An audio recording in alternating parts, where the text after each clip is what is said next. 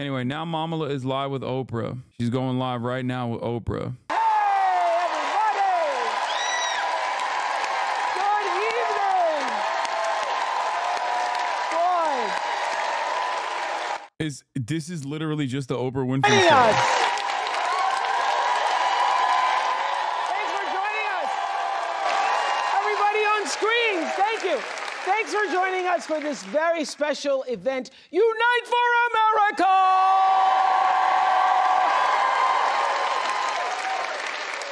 And that's exactly what we're doing live tonight, uniting from Farmington Hills in Oakland County, Michigan. We have 400 people in our audience and thousands more. Hello, all of you on screen. Hello, everybody on screen. Thousands more joining us on screen. And I am here because I care deeply about the future of our country. And I know that all of you do too. You care about the future of our country. And we just saw on this tape this grassroots, people-powered movement behind Kamala Harris has unleashed a unifying force unlike anything we've seen in politics in a very long time. And I know lots of people are feeling it because it actually is hope and joy rising. And there's been a, can you feel it? You can feel it, you can feel it, you can feel it. We can feel it, we can feel it, you can feel it, you can feel it. There's been so much talk.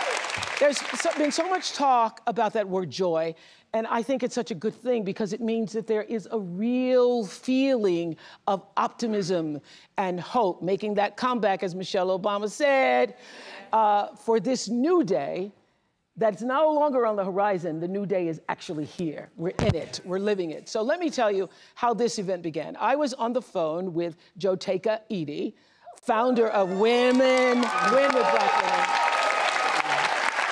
We're going to be talking to her a little later on. And we were talking about all the groups inspired by Win with Black Women who had 47,000 women on one call 3 hours after Kamala Harris announced that she was going to be running. 3 hours afterwards, 47,000 women were on the phone. And Joteka and I were talking, wouldn't it be great if we brought all the groups together? Because that phone call inspired all the other groups. And so we said, wouldn't it be great if we brought all the groups together at one time? And that's why we're here. So we have the Cat Ladies for Kamala here. Rural Americans for Harris. Caregivers for Kamala. Train lovers for Harris Waltz. I didn't know there were train lovers. Train lovers, chefs for Kamala, love that group. They're autistic. Republicans for Harris, love that group even more. Why? Why do you love that group even more? Swifties, where are you? Swifties for Kamala! And in addition to thousands of you all who I am just meeting here tonight on screen, I see some faces I recognize. There's Brian Cranston. Hey, Brian. Hey. Hello, hello, hello. Where are you? Brian Cranston! I hear Chris Rock is in the house. Chris, where are you? Chris Rock is in the house. We are never getting a free Palestine, and we are never getting health care, okay? I'm letting you know right now, this is so 2016 coded. Oh my God, this is so 2016, I'm with her, Hillary Clinton coded. I have to just say this, that the social media team for the Harris campaign has been killing it. They have been killing it. I think that team helped spark this people-led movement. And here's a short look at the rallying cry across social media. I'm watching the Kamala Harris rally right now, and wow, I'm like crying. So Tony and I just got done knocking 48 doors in King of Prussia, Pennsylvania. Majority, if not all, independent Republican libertarian doors. Republicans for Harris is growing explosively too. We just need to get back to a place in this country where we can have disagreements and have them still be respectful. I'm here with Richard, a 77-year-old registered Republican who's going to be voting for Kamala Harris. They're eating the dogs, the people that came in. They're eating the cats. They're eating the pets of the people that live there. Obviously, a narcissist just doesn't stand for anything that I stand for. What issues are most important to you personally? First of all, not electing a felon to the White House. I'm voting Harris Walls and a blue ticket all the way. In 2020, only 50% of young eligible voters actually showed up. And I don't that think she's was riding with Harris. record-breaking. What So the if you fuck? really want to be brat, you better be showing up in droves in November. We are with her. Okay. And she's with us. I voted for Nikki Haley in the primary. I'm going to be voting for Kamala Harris. That's the right choice for America in 2024.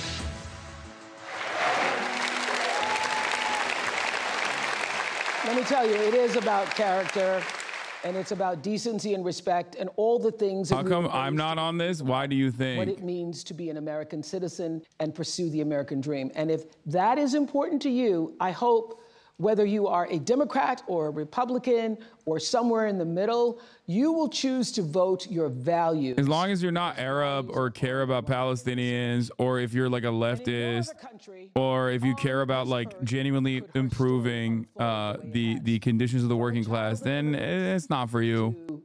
Big sister to McDonald's worker. It feels like every year, like every 4 years, it feels like voting becomes more and more just like the sport of the wealthy. Vice President, you know, just like people who don't really care about legitimately improving their lives. You know what I mean? People that have already like made it, people that have already made it to a certain point in their lives. So they just like care about making sure that like things aren't objectively worse, like much, much worse. That's it. There's no argument to be made about like how things will be better. It says a lot about the political indications and the instincts of the Dem Party that they completely squandered the Republicans or weird messaging because they didn't want to associate themselves with the left-leaning people who started it. I mean, they literally made the left-leaning person who started be the vice president. It's very obvious to me that instead of doing the Trump is weird shit, they wanted to say, Republicans are great. We love you. We want to hug you. We want to kiss you. Please vote for us, Republicans. Everything you are and everything you do for this. How much you want to bet they're going to vote Republican again? As they have done time and time again. We have 1,000 screens here representing people from all over the country. Hi, everyone. Can you feel? Can you feel? Can you feel it? Can you feel the joy rising in here? I can, and I have to tell you, there's so much that I love about our campaign because it really is about the people.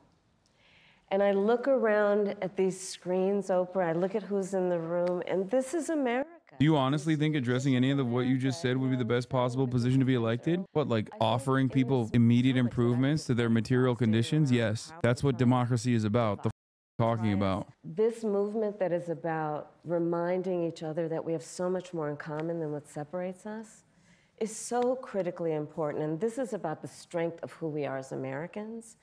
And this movement that we're in about, as I like to say, seeing in the face of a stranger a neighbor. Yes, yes, yes, right? yes, yes. An extension of love thy neighbor, that you literally in the face of a stranger see a neighbor. Yes.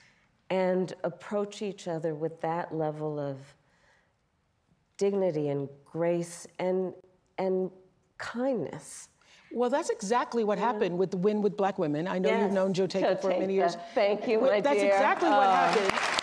He started it. They had this big call. They had the big It's call. your fault. They had the big call and then said, let's open the door. Yeah. Let's open the door and invite everybody else in, and everybody actually came. Organically. Yes. Organically. Like, this is the beauty of our country. You know, there's so much at stake in this election. And ultimately, the question before us is, what kind of country do we want to live in? And the beauty of a democracy, as long as we can hold on to it, the beauty of a democracy is each of us has the power. Each of us has the power to answer that question. That's right. Everybody on this call and beyond has the power. But can I just start with this? Yes, please. I have to say this because in all of my private conversations, Gail, and I've said this 100 times, and everybody is saying it, you all have said it, I know you have. It seems to us that something happened to you the moment President Biden, stepped aside and withdrew his candidacy, that a veil or something dropped and you just stepped into your power? I mean, literally, looking at you at a speech like... Bro, I don't think I've ever watched like a full Oprah thing. Like, this is kind of whack.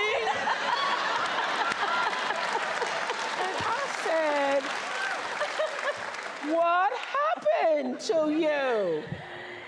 You know, we each have those moments in our lives where it's time to step up. Time to step up. Time to step up, you know? Well, the moment you heard, I mean, I really have been saying to people, it felt like a veil dropped and you sort of stepped through that veil. Did that actually, did you feel like that? I felt a sense of responsibility, to be honest with you. And with that comes a sense of purpose. But I mean, we're all here and you all are taking time out of your busy lives, everyone here, everyone on the screen, because there really is so much at stake. You know, I have spent the majority of my career being concerned about the well-being of other people. Yeah. As I've said, in my career as a prosecutor, I never looked at a victim or a witness and asked them, are you a Republican or a Democrat? The only thing I ever asked them is, are you okay? Are you okay? I know when I heard that. You know? Touch me. And traveling this country and knowing what is at stake in terms of fundamental freedoms, what's at stake in terms of fighting against hate and those efforts to divide us.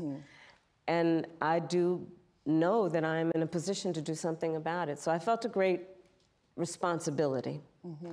And the incredible power of the people. One other point that I want to make in terms of policy, in terms of like how people run, is if you look at the down ballot races for the Democrats, if you look at the Senate races specifically, Democrats are outperforming Kamala Harris in some instances by like 6-7 points. Obviously, part of that is because their Republican opponents are dogs. The reason why they're also outperforming Kamala Harris by not the same margins that they were outperforming Joe Biden on, but still outperforming her on, which is unique, right? Is because as a senator, you have to run on your record or you have to run on what you're going to vote for. Okay, so they're basically locked in to that position. They are closer to their constituents than the president is. And their campaign is their campaign is always going to have even differences. Their campaigns are always going to have differences from the presidential campaign. But obviously, like in this regard, like if you look at like, here, I'll give you an example, right? I'm looking at the Morning Consult numbers, right? State level tracking. It shows that Harris has surged post-debate. Arizona up by 1. Georgia, Trump is up by 1. Michigan, Harris is up by 8. Okay, now this is a unique poll in terms of Michigan because like other polls show Michigan being a deadlock.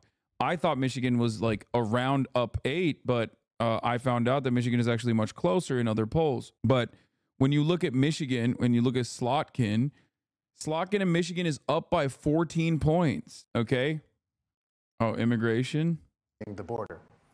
So it's a wonderful and important question. You know, my background was as a prosecutor, and I was also the elected attorney general for 2 terms of a border state. So this is not a theoretical issue for me. Oh my God, if she goes right wing here, I'm going to Brian. To transnational criminal organizations. Oh my gosh, she's saying transnational criminal gangs guns, again. Drugs, and human beings.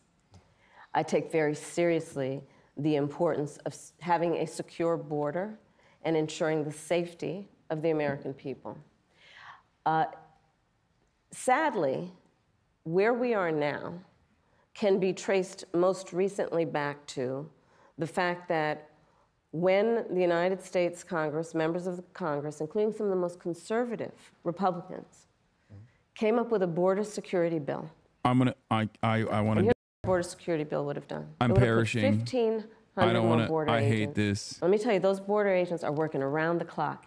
It would have just been Oh about my giving them God, some support our beautiful and relief, Border Patrol agents. which is probably why the border agents actually endorsed the bill. It would have allowed us Oh my to God, stem I the hate flow you. of I hate you fentanyl. so much. You're And I'm so looking stupid. at people from all over the Democratic country Party is here. so stupid. So I don't need to tell the folks who are watching this what fentanyl has done to families, to kids in our country, and the need to take seriously stemming the flow coming into our country and addressing She's that literally repeating a lie and tragic that issue in terms of its effects. immigrants send in fentanyl to this country.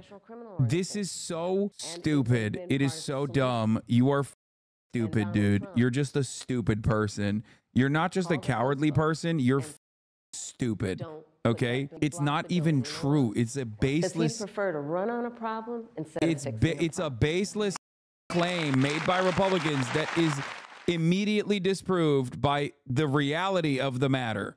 It is American citizens crossing the border at regular points of entry that are the ones trafficking the drugs. When you talk about immigration like this, you're literally just saying the things that the right is saying. All you're doing is feeding to your base this false narrative and repeating it to them. Or is it about the people? And they trust Is it you, about so now they believe running it on too. Problems or fixing problems? My work and my career has always been about saying, let's fix problems. Let's address the needs, because we know it's within our capacity to do that. So to answer Justin's question, What should she say here right now? I mean, immediately be like, everybody understands that there's a humanitarian crisis at the border, but the real solution to that humanitarian crisis is to improve processing. We are a nation of immigrants. I am the daughter of 2 immigrants that came into this country. And the only difference between me or my parents and another person crossing the border is paperwork. So get that paperwork done. Get that paperwork done as fast as possible, and so that these people can become tax-paying citizens. They already pay taxes, and they would be able to pay more taxes, as a matter of fact, and integrate properly into American society. Immigrants are what makes America great. Immigrants are the reason why we do not have declining birth rates. Immigrants are the reason why we have still been a dominant force in this country. Fentanyl coming over the border, Donald Trump likes to lie about it and say that it's actually immigrants bringing in the fentanyl. That is an abject lie. It's actually American citizens that traffic the fentanyl into the border. So in terms of apprehension, yes, we need better mechanisms and better systems to figure out when fentanyl is crossing the border. That much is true. But one thing to also consider is that my administration, alongside with Joe Biden, actually, for the first time in American history over the past couple of decades, has decreased the number of overdose deaths. We did that how? We did that by offering naloxone. Am I saying that right? Naloxone? We did that by offering naloxone over the counter. We did that by having a more tolerant approach to addiction. We did that by focusing on rehabilitation rather than incarceration. Okay? These are obvious policies that the Republicans regularly claim do not work, but we have shown that it actually works in terms of border apprehensions. That's one thing. We can focus on that. But Donald Trump does not care about that. He wants to make an argument that it's actually Guatemalans and Haitians that are bringing in the fentanyl over the border, when it's actually American criminals that are bringing the fentanyl over the border. And we must apprehend that fentanyl over the border, but hyper-focusing on the wrong things in an effort to incite racial animus amongst your neighbors that truly make this country great, that are the backbone of the American economy and American culture, is the wrong way forward. Donald Trump has demonstrated time and time again that he does not care about this issue. After all, even when we gave him an olive branch with my right-wing border bill, he still cast it aside. Bring it up at the end if you want to talk about the hypocrisy of the situation, but address the actual root cause of the problem and genuinely speak to the issues at hand instead of abiding by the right-wing framing that is born out of no reality. It's just born out of lies. What's wrong with you? It's so stupid. So illegals are the backbone of this country. Illegals are the backbone inside of your mother's, okay? That's what's going on right now. Yes, dude, immigrants are the backbone of this nation. Okay? This country would be nothing without immigrants. Illegality in the process means nothing. It's just paperwork, you idiot. That's why JD Vance openly says, I don't care that Haitians are actually documented migrants. I want to undocument them. Which is when, you know, most companies and corporations are good, but for those bad ones, they take advantage of people, especially during a pandemic or extreme weather, and they end up jacking up prices, and there needs to be accountability and consequence for that. So I'm going to be taking on price gouging. But it's also about dealing with what we need to do around home ownership, right? So as someone mentioned during this film, look, I grew up a child of a mother who worked very hard. She raised me and my sister, and she saved up, and by the time I was a teenager, she was able to buy a home. And we grew up actually for a long time in an apartment on top of a child care center that was owned by the woman we called our second mother, because she helped my mother raise us. And she was a small business owner, Miss Shelton. So I'll bring all this together to tell you, the way I think about it is, one, when people work hard and have a dream of buying a home, we should give you the opportunity to be able to do that, which is why part of my plan is for first-time homeowners, buyers, to have a $25,000 down payment assistance to buy your first home. Because people just need to be able to get their foot in the door, and then you'll do the hard work. Part of my plan is what we need to do to support small businesses, because my second mother was a small business owner, and I love our small businesses and our small Oh my business God. owners. She's boring, uncharismatic, and so goddamn repetitive. It's making me want to Brian me, dude. I love our small businesses. Like, no, you don't. Shut the fuck up. Shut the fuck up. Nobody loves small businesses. That's not a real position, okay? You're just saying that like a goddamn bot. You just keep repeating the same points that you wrote literally since the DNC. I have heard the same exact talking points. At least Trump rambles on, but sometimes he adds like random insane in there. To start up their small business. Right now it's $5,000. Nobody can start a small business with $5,000. So that's part of my plan. That's a teeny tiny business. That's a business in teeny tiny business. It's a concept of a business, right? Yes. You know where I'm going. Yeah, she's doing the NPCs on TikTok meme, dude. Ice cream so good. Ice cream so good. Ice cream so good. I love small businesses. Right. Part of the... As a criminal prosecutor in a border state, I prosecuted transnational criminal gangs, human traffickers, drug traffickers. Ice cream so good. Extend and expand the middle class families tax break, so that you can, in the first year of your child's life. Staying on message bad? No, dude. Fix the message. Fix the message. Fix the message. The message is bad. The message is broken. Okay? Do you not understand my problem? Have I ever said this about Bernie Sanders? Well, one, I've never said this about Bernie Sanders because I'm a misogynistic racist. Okay, so that's number one. But at least I'm not anti-Semitic, unless we're talking about Israel. But the other reason why I never say this about Bernie Sanders is because he has good messaging. He stays on message all the time, but the message is good. She's staying on message all the time in a way that is insincere because the message is bad. Nobody laughs and goes, in the real world, have you ever encountered a human being that went, I love our small businesses? Is that a real person or is that a goddamn bot? Do you hear me fucking complain about Tim Walz? No, because while he stays on message, the message is at least like somewhat better framed. I love our small businesses. I'm just going to keep repeating that. Costs and bills I'm paying now, along with the bills and costs I will pay in the future too.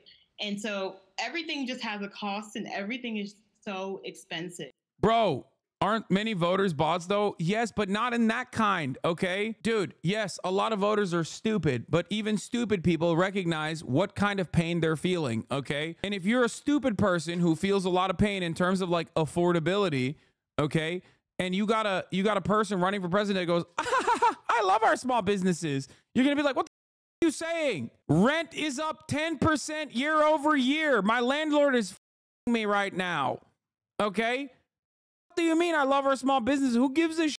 What we need to do to also push back against a very different vision for our country. Because look, in this election, there are two very different visions for our country. One, for me, that is focused on the future, including you, and another that is focused on the past. What Donald Trump, what my opponent plans on doing for the economy, stop moving the goalposts. Is doing what he did the last time he was president, and giving another tax break for billionaires and the biggest corporations that would add $5 trillion to our deficit. And get this, he plans on doing what I call a Trump sales tax, which is basically he's going to put a 20% tax on every. This right here, the thing is liber. I don't think the message is bad. It's just not for us. That's what every Democrat thinks, okay? Every Democrat, even small business owners, every single goddamn Democrat's like, yeah, this is not for me. It's for someone else. I have yet to find who it's for, okay? Because when you look at the polls, ain't nobody says they're voting for Kamala Harris or historically for the Democratic Party or their policies. They're voting against Donald Trump. That's why the Senate race is a little different. In the Senate race, people vote for the senator because the senator has to run on policies. They don't vote on the overarching party vibes. They don't vote on Brett Summer. No, stop saying he's right, though. Shut up. Shut up. The idea that, like, oh my God, oh my God, oh my God. You literally said that phrase a couple minutes ago. It's for suburban women, though. You guys are wrong, okay? If you think suburban women don't have different, like, don't have similar material problems as to you, you're wrong. Affordability is a problem for them, too. Okay, I don't know. I feel like a lot of chat's parents are. I know all my friends are parents are stoked to vote them. Ask them which tangible policy positions, which policy they're voting for. Okay, if you interrogate their views, they will inevitably tell you what every single person in here that is voting for Kamala Harris will tell you, which is that they are voting against Donald Trump. They're voting against Project 2025. They're voting against the abortion ban. They're voting against a litany of things that the Republicans have done. They're voting for harm reduction. Those people were obviously already locked in to vote for the Democratic Party. Do you understand? Do you understand? Those people were already voting for the Democratic Party. The goal here from this moment onward until November and every single day since Kamala Harris became the presidential candidate was not to get those guys to vote for her. Those guys are already voting for her, okay? The goal is to activate people that are maybe not gonna vote this time around. They're gonna sit this one out. It's crazy. This is the equivalent of your business giving you pizza for your hard work instead of a raise, and a lot of people can relate to that. Exactly. I kid you not, I picked to another person's chat and he was ending stream saying, we don't need to watch this. It's not for us. Yeah, it's never for you. That's the problem. When will there be an event for you? Has there been an event for you so far? Have they talked about something that is for you? Or is it always for some other person? Is it always for some other person that's in the distance that you made up in your mind? Because let me tell you, okay? Let me tell you something. That other person does not exist. And if it does, it's already voting for the Democratic Party. Every new message and every old message that the Democratic Party communicates when there's a finite amount of time until the finish line is supposed to be calculated. It's supposed to be strategic. It's supposed to be to win new demographics over. Okay, it's to make a convincing argument so that you understand, like, I'm going to go out and vote for this person instead of sitting at home, or I'm going to go out and vote for this person and I'm going to take the time out of my day because voting is not an easy process in general in many states. Okay, like the things that I'm advocating for overall, are not even necessarily like radical leftist votes that are just out there to be seized. Okay, the things that I'm advocating for are things that communicate to the genuine material harm that everyday Americans feel. I'll use the abortion example. Okay, that is a real harm that the Republican Party has caused many people. That's why communicating a position on abortion is a good thing. Why is that a good thing? Because there are millions of Americans who are harmed by this policy. So saying that's what the Republicans did to you, I'm going to fix that. That's great. That's great messaging. That's why you'll never hear me ever talk shit about Kamala Harris talking about abortion. Okay? Because it's right. It's good for her to talk about it, and she's in the right. And she should talk about it. And they're even doing the Republican thing. They're bringing up an anecdote, a powerful anecdote of a white woman who almost died because she couldn't get an abortion, right? Like, that's a huge deal. That's great. They're doing it right. You don't bow down, even when you're the underdog, especially when you're the underdog. That's right. You stand up and you stand tall, and you give me so much hope and so much strength, and thank you. Thank you, Hadley, for coming all this way. I hope you continue to use your voice. I hope you continue that. This week, the case of a young woman who lost her life after the abortion. You yell at her when she tries to expand her tent. They yell at her for not trying to reach out to other non-Dems. You're dude. You're an idiot, okay? You are refusing to understand the point that I have said for the past 10 years, because every Democratic Party election cycle has been exactly the same, okay? It's not only the card-carrying Republicans who are insanely nutty and conservative that are out there to pick up for votes, okay? Yes, expand your voter base. There are a ton of non-voters out there that are voter eligible. They don't vote because they feel like neither party represents their interests. They have, I always bring this up. Okay? Every American voter has like top 5 issues, okay, that have an order of priority.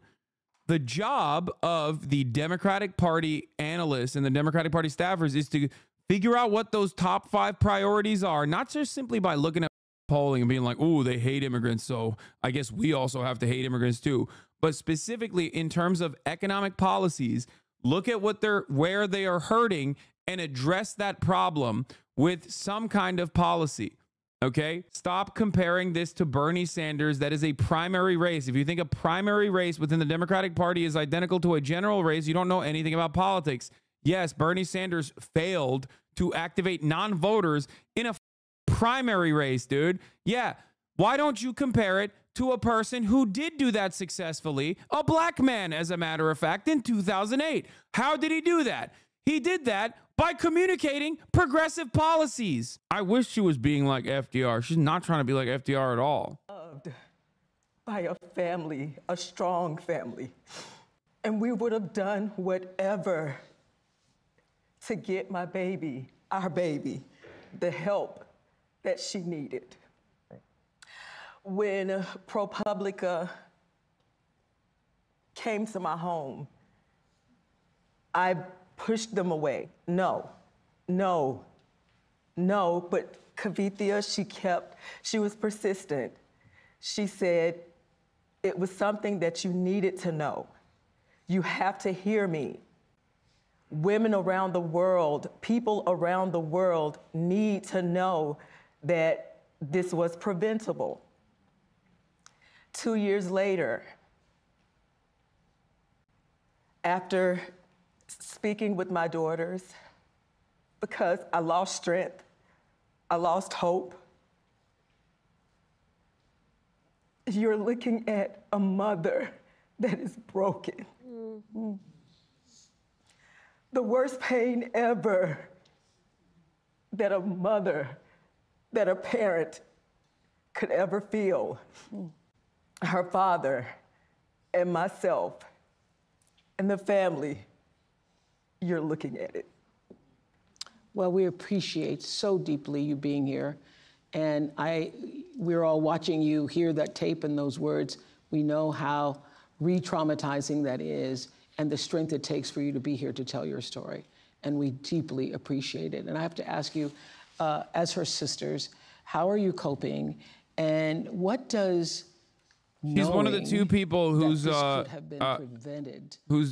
people died in Georgia because of the abortion bans, because doctors did not offer the appropriate medical intervention because of fears in the state of Georgia over the abortion ban. This is a very real story. This is a very harrowing story. Guilty. I wish I could have helped her, because she was suffering, and we had no idea. We trusted them to take care of her, and they just let her die because of some stupid abortion ban. They treated her like she was just another number They didn't care for her as if, you know, she was their daughter or their, you know, granddaughter. Yeah. You know, and she's not here. She'll never come back. Yeah. Andrika, what do you want to say? I want to say that it's very disheartening that my sister was allowed to suffer for 20 hours. She suffered. It was nothing that we could do to help her. We trusted the healthcare professionals to do their job and save her, but they failed her. Well, I think the most powerful thing that you've said here, Ms. Jeanette, is that your daughter is not a statistic. She had a life. She was loved by her sisters, loved by her family, loved by those who knew her, and she's not just a statistic. And we are happy to speak her name tonight in this room, talking about what this country needs in terms of reproductive rights and freedom. What do you want to say, Madam Vice President? I'm just so sorry. And the courage that you all have shown is extraordinary, because also you just learned about how it is that she died. And they just recently learned, yes. How? Yeah. And Amber's mom shared with me that the word over and over again in her mind is preventable. Yeah. Preventable. That word keeps coming to her. And this story is a story that is sadly not the only story of what has been happening since these bans have taken place. And, you know, so just to step back in terms of how we got here, the former president chose 3 members of the United States Supreme Court with the intention that they would overdo the protections of Roe v. Wade. And they did as he intended, and in state after state, including yours, these abortion bans have been passed that criminalize healthcare providers. In a couple of states, prison for life, Oprah. Prison for life in a couple of states for a doctor or a nurse who provides health care. And so it seems very apparent even when the mother's life is in danger. But see, here's the problem with that. Here's the problem with that. So is she on death's door before you actually decide to give her help? That's the problem. Is that what we're saying? Yeah. That you've got to prove you're on death's door. Like literally a doctor or a nurse has to say, she might die any minute, better give her now care. Because otherwise I might go to prison for life in some cases. Think about what we're doing in terms of saying that certain people who are in these state houses, and then starting with the former president of the United States, think they're in a better position than a doctor or a nurse to determine when their patient needs medical care. This literally, and Amber's story highlights the fact that among everything that is... Dog, you're getting moderated because you're saying some irrelevant ass, okay? Shut the fuck up. Take a goddamn week off and never speak ill about the mods again, okay? God damn, dude. The sense of entitlement. Wants to talk about like Hezbollah and like all the different sects in Lebanese politics. You didn't even get moderated. It was Fossabot that automatically moderated you because you couldn't shut the fuck up. You just kept spamming the same thing over and over again. Some of you chatters literally don't understand when some of you chatters just simply do not understand what's going on. And you think it's like the mods that are doing something to you. No, it's because you got auto-modded because you couldn't stop spamming the same over and over again. Legislators who would be saying, you know, criminalize healthcare providers are also saying that after a person's body has been violated, that they have no right to make a decision about what happens to their body next? That's immoral. Yeah. I think it's not just immoral. And here's what I want to say. I just don't believe that those legislators, that the government has a right to be in your womb. They have no right to be in your womb with decisions about your womb. And one does not have to abandon their faith. Right. Or deeply held beliefs to agree the government should not be telling her what to do. Absolutely. Right? If she chooses, she will talk with her priest, her pastor, her rabbi, her imam, but not the government telling her what's in her best interest. Well, this is a long healing process for this family. And we thank you, and we hope that by being amongst people who heard you and heard your daughter's story will be meaningful to you in this journey to healing. Thank you so much for being here. Okay, I want to also... Thank you.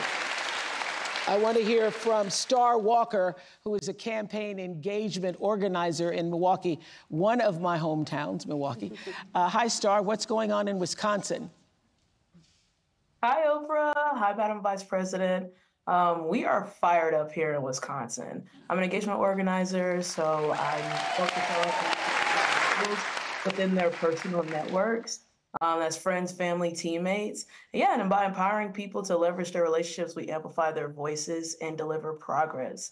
We're fired up, but we also know it's a razor-thin race. So just like in 2020, this is gonna be won by a field margin. It's on us to roll up our sleeves and do the work. Let's make phone calls and knock on doors. Go to go.kamalaharris.com to join this people-powered movement. That way, when we look back, we won't just be remembering how we felt, we'll be remembering what we did. Woo! I love that.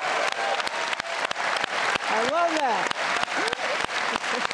Y'all, I love that. That's a big takeaway, because we're all feeling really good right now, but what really matters is what are we gonna do? Absolutely. What are we gonna do? Thank you so much, Star. I see somebody else on the screen, Julia Roberts. Hi, Julia. Hi. Hi. I heard you were so excited you wanted to be here tonight. Why?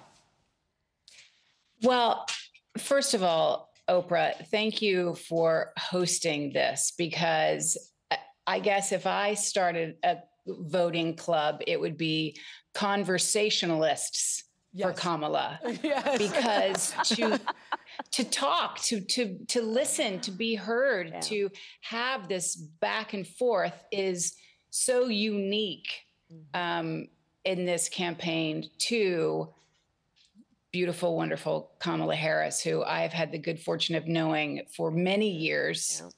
And I am a mother of 2 kids. This is their first chance to vote in an election. And I couldn't be more excited for them to have the legacy to say that their first vote they ever cast for president was for you. I have just chills saying that out loud. Are you all going to the polls together? Are you organizing a party? Are the Motors having a poll party? What's happening? I wish we were all going together. In fact, you know, they are in college, so we will be separated on the great day, but in spirit united always for what we believe in and what we, you know, I feel like it's interesting. We talk so much about being Americans united for something, but this has become such a global representation of our country and what we stand for. And I get to travel internationally a lot. And I want people to say, oh, you're American? And not, oh, how's it going over there? You know? Yes. So I want to get back to that space. Exactly. Thank you, Julia. Exactly. Thank you. And hey, there's Tracy Ellis Ross coming up there. Tracy, now listen, if anybody should have a voting party, I think it should be at your house because you have great parties, girl. I just want to say hi, hello, Madam Vice President. It's just an honor. I actually have never met you, which is crazy. And hi, Oprah. Wait, what did I miss? We just saw each other the other day. Okay. Oh, hi, Tracy. Hi. Hi. you doing? Good. Yeah. This is exciting, though, isn't it? Isn't it exciting? It's exciting. It's exciting because I believe in democracy. I believe in the future of our country, in reproductive freedom, bodily autonomy, women leading. I believe in decency. The idea of leading with joy and kindness has always been in my DNA. And I'm here both for the seriousness of this election, but the joy with which it is being handled. It is stunning. And then I also really want to remind everybody, it hasn't been mentioned, but voting up and down the ballot is incredibly important. Your freedom and your daily life are all the way up and down that ballot. People are policies, and we need the right people in all areas, all positions. And then I would like to say to you two women, thank you for what you represent, because as a 52-year-old childless woman, I want to say to the people who think that a woman's worth is measured in her baby count, I mean, shout out to all the amazing mothers, but the childless women have been mothering the world and elevating culture as aunties, godmothers, teachers, mentors, sisters, and friends, and the list goes on. And you do not need to push out a baby to help push humanity forward. Amen to that. Thank you so much, Tracy Ellis Ross. Thank you so much. So another important issue this election is, of course, our safety. And just 2 weeks ago, our country experienced yet another horrific school shooting. Watch this. If you are one of the many, many women in the United States who only posts about political issues when it's related to reproductive rights and bodily autonomy, and if you have spent this summer encouraging people to vote for a certain political party in the name of protecting your bodily autonomy, then I want you to consider this message. The reason why you don't have full reproductive rights, the reason why you can't afford daycare, the reason why your husband doesn't get any paternity leave, your maternity leave falls woefully short of basic progressive guidelines, is the same reason why that issue that you don't want to address at all, the one you don't want to touch with a 10-foot pole, is happening. The reason why you can't get This is what women-led looks like, and that might be going over the males in this chat. What? This resonates for women? You mean like the other thing that we were just watching? I don't have it. Demi, like classic. You got to come in here and chirp. One of the chirp chatters, consistent chirp chatters. Okay, listen to me. Listen to me. Okay, you've been in this community long enough. You know that, like, obviously this community cares about abortion. Okay, quite a bit. Cares about protecting women's reproductive rights. You're annoying. Okay, women, or trans people, or black people, or Latino people, they don't live in a separate confine, completely removed from mother reality. Okay, women be shopping. They're out there still buying items. Okay, and when they're shopping, when they're making 85% of consumer purchase decisions in this goddamn country, they're looking at the numbers and they're like, holy, this is expensive. Okay, if you don't have a way to address, the entire chat has been insulting this entire event. This community is mocking everything. Yeah, shut up. Just take a week off. God damn it. This is a goddamn political community. Of course, we're going to be chirping when there's a event that is like so hollowed out from the bare bones, with the exception of the issue of issue of protecting reproductive rights. I can't believe that a political community is upset with not hearing enough from Kamala Harris on issues such as healthcare, issues such as the affordability of rent, the housing crisis that we're experiencing, because women famously don't live in houses. Okay, they don't. Women famously don't pay rent. They don't. Women famously don't need healthcare. They don't. They just, all they care about is just abortion. Like, abortion is a very important topic to talk about, and I already gave Kamala Harris her flowers many times over. Okay, what are you talking about? It's rich to say a political community wants to hear more about her policies all over. I know, it's crazy. It's crazy. Women famously, no student loans for women. They don't have it. Women, they don't go to the doctor. They don't need like some improvements in terms of like their affordability in healthcare. Women, they're not immigrants. Okay, they don't, famously, women are not immigrants. There is one specific type of woman that maybe you are a part of as well.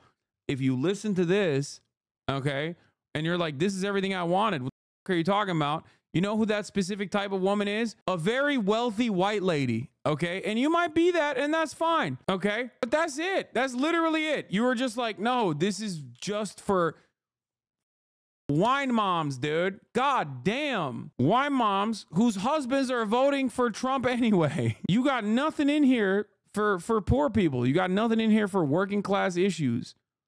You got nothing there. Even the abortion one, don't even get me started on this shit, okay? It's just like, even on the abortion front, let me tell you what the Democratic Party didn't do, okay? Codify Roe v. Wade. Let me tell you what the Democratic Party didn't do. Create protections so that abortion and access to reproductive health could remain in this country. Let me tell you what the Democratic Party did do, okay? Wait for the Republican Party to actually destroy it so they can fundraise off of it. So excuse me when I see a mom cry about her daughter who died and think to myself, well, she's the goddamn vice president right now. That's a little crazy, okay? I don't want to talk about it too much because I know people get in their feelings, but that's also not exactly an issue that the Democratic Party has been anything but negligent on, okay? And that's precisely what's going on with immigration right now. What happened on abortion under the Biden administration is exactly what is happening with immigration right now. Democrats are not counter messaging. They're not defending immigrants. And what is going to happen? Lo and behold, oh my God, we have concentration camps at the border. How did we get here? Please give us more money.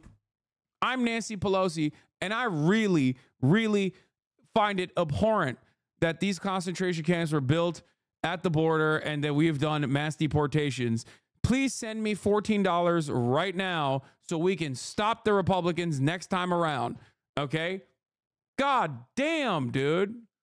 Holy. How do you not see it over and over again? Every goddamn election cycle, they're like, oh, dude, vote for us. We'll fix it. They don't fix it. And then next election cycle, they literally are like, vote for us because we're going to do the things that we were running against. Now we're for it. And you're like, hold up, what? You're for it? But I just voted for you because you were against it. What the just happened? But hey, things will get even worse if you don't vote for us. It's like, okay, so voting for you at this stage is just a guarantee that the things are going to happen. The same things I'm voting against right now are going to happen 4 years later. It's just an extension. It's a time extension. Now cue all the talking points about how I'm a goddamn misogynist and also an anti-black racist, you know? Let's hear it. Go ahead. I know you've been holding on to it. Some of you are just like sitting there and be like, oh, I can't wait to say this about a dude I've been watching every single day, 365 days a year for the past 4 years. I can't wait. This is the moment he revealed himself. It's like, well, you're a idiot then, okay? Because if there's any veracity to that, if you truly believe this in your heart, and you've been in here for years and years, you must have been a dumbass, you know? Like, how did you not pick up on my white supremacist anti-woman attitude for 4 years, and then now you got it now, just now? Something doesn't add up. Either you're wrong, and you're just using that as because the only mechanism of defense that you have in this situation that is utterly indefensible, or perhaps you're just a dumbass and you didn't even recognize it. You know, if chatters being genuine, this conversation being centered on women, which is not common, would be proposing paid maternity leave at a national level, stimulus checks after having a kid, not a tax credit, and increased funds towards reproductive research to improve gaps in medicine for women. But she's not, and chatters are disingenuous. I don't even think chatters are disingenuous. They're just primed to defend. They're just primed to defend the Democratic Party because it's like not as embarrassing to be pro Kamala Harris as it obviously was to be pro Biden. So that's it. That's all they needed. All they needed was to like cling on to something, anything, so they can also position themselves in the same blue MAGA way that like they were making fun of the Joe Biden dead enders for being. That's it. That's it. Time in their auditorium, and I would ask, please raise your hand if at any point between kindergarten and 12th grade you had to endure an active shooter drill. Almost every hand went up. It was bone chilling. Yeah, this is the way our kids are living. Chilling. Yeah. And think about it. What are we supposed to do then? Fire You're supposed to subscribe at the top of the hour to avoid the 3-minute ad break at the top of the hour, which is coming right now. If you no longer want to see those ads at the top of the hour, that's all you need to do. Okay, here's the 3-minute ad break now. Anyway, ultimately, you don't have to worry. I mean, you don't have to worry if you're a liberal. Okay, if you're a liberal, let me tell you, no worries, man. It's smooth sailing. All right, you got Trump is going to come out and say another unhinged thing. And even if the Kamala Harris campaign doesn't remind people how that is, most people will still go, okay, that's a little too much for me. Or maybe they won't, like they did it in 2016 nor 2020, and then he wins. Who knows? Okay. I don't think so, but that doesn't mean it can't happen. What if you're not liberal and you're like as to the left as one can be? What do you mean? Why didn't you say to organize your workplace or join a workers organization or something? I don't know. Maybe because I've said it a million times over. I'm not going to be on message every single damn time, dude. What the oh. Also, I do have to end it because I have to travel to San Diego. Being liberal is also good though, right? Because it's also a part of the leftist coalition. No, it isn't. What are you watching it not be? Debate Lords is starting. You are late. Yeah, that's tomorrow. Everybody, I am traveling down to San Diego right now to go to TwitchCon. Okay. And I'm very excited to hang out with some people I haven't seen in a minute. And I have Debate Lords tomorrow. I have the panel with Maya on Saturday. I'm planning on being back here and streaming normally by Sunday, but we'll see if I can do that or not.